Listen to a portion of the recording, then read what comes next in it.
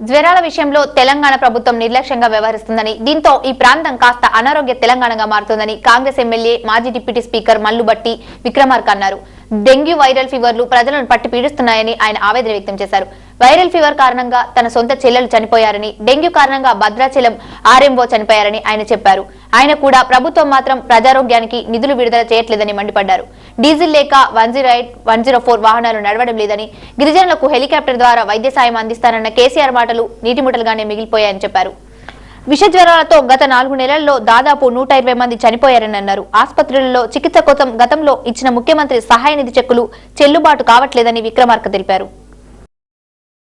రకరకాలైనటువంటి సమస్యలతో సతమతం అవుతూ ఉన్నారు.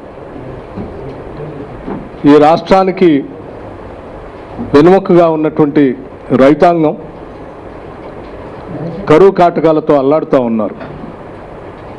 వేసినటువంటి పంటలన్నీ కూడా ఎండిపోయి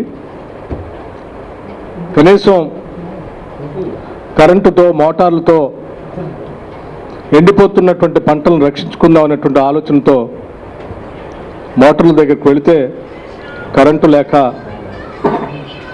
ఎప్పుడొస్తుందో తెలియక సతమతం అవుతూ ఒక్కొక్కసారి ఎవరికి చెప్పుకోలేనటువంటి దీనావస్థలో ఆత్మహత్యలు చేసుకుంటున్నటువంటి పరిస్థితిని కూడా చూస్తూ ఉన్నాం. మనం బంగారు తెలంగాణను తయారు చేస్తానని చెప్పారు, ఆత్మహత్యల తెలంగాణగా మారుస్తూ ఉన్నారు. హలో లక్ష్మణ అని రైతాంగ సోదరులంతా కూడా